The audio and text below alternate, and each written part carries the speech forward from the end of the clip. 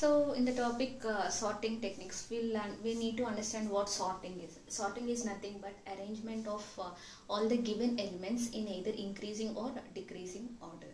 So we have many number of sorting techniques, but in this section we are only going to discuss only three sorting techniques, namely bubble sort, selection sort and insertion sort. Coming to the first sorting technique that we are going to discuss, it is nothing but bubble sort. In this sorting technique, to be more specific, this is one of the simplest sorting technique in which we are going to compare the adjacent two elements, and if the first element is greater than the second element, we are going to swap those two elements such that at the end of each pass, the largest element reaches its position. Suppose now if you all observe these numbers, these are the numbers that are jumbled up, and now our task is to arrange them in increasing order. So what could be the position of the last number originally, even in the increasing order? 50 must be placed here. So how this could be done? So what happens is, after every pass, one element will reach its own position, or we can say that once an element reaches its own position in the entire sorted list, it is treated as one pass. Now what happens here, we'll see it. First of all, we need to compare the first two elements. 30 is less than 50. So what happens is, we'll do nothing here.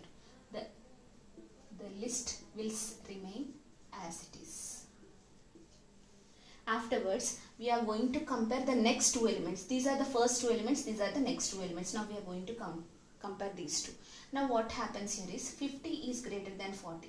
When this is happening, we need to swap both the elements. Means in the next statement, it becomes 30, 40, 50, 10, 20. So first, second positions, second, third positions are over. Now third and fourth positions. Now 50 and 10. 50 is greater than 10. So what should we do? We need to swap those two elements. So what does they become?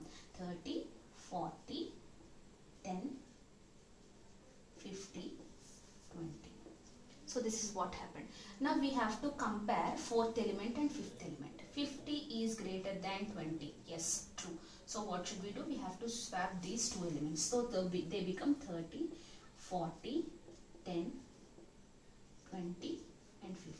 So these are the elements until now. There are only 5 elements. So after the end of pass 1, what happened?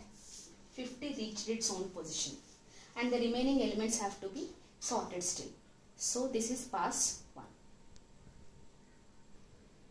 Now we are going to start pass 2. Pass 2 will have pass 1's elements as input.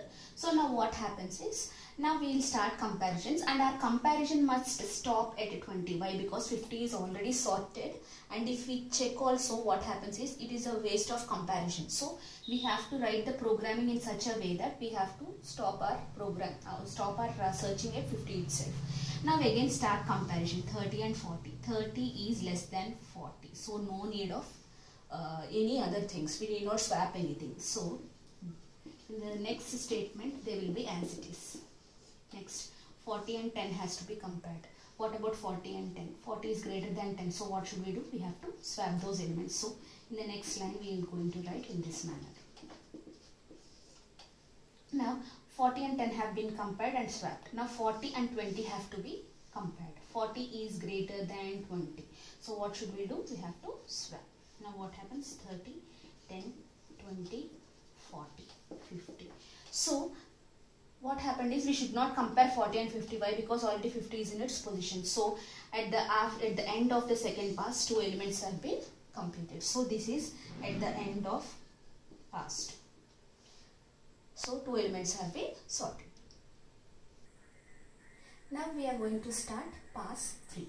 Now for pass 3, we are again starting comparison. 30 is greater than 10. Yes, 30 is greater than 10. So what should we do? We need to swap those two elements. So what happens? 30, 10 and 30, 20, 40 and 50. I am maintaining this as a separate list. Why? Because we should not compare them again. Now again 30 and 20 are compared. 10, 20, 30 is greater than 20. So what should we do? We have to swap those two numbers. then it becomes like this 40, 50. So last two numbers have been completed. So what should we do? Even 30 is sorted and it will join 40 and 50.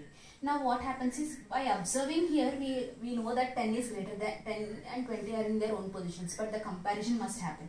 This is at the end of pass 3. Now I am starting pass 4. What is that? Whether 10 is greater than 20 or not. False. So it should not be swapped. Now what happens? 10, 20, 30, 40, 50. Automatically, when 4 elements out of 5 elements have been sorted, automatically the first element is expected to be the the smallest element. So what happens here is, all the elements have been sorted. This is pass 4 for the last comparison. Now if we all observe, there are entirely 5 elements and we required 4 passes to sort them in bubble sort. So this is the same case. When we are having n elements in a given array, we require n minus 1 passes to sort all the elements using the bubble sort.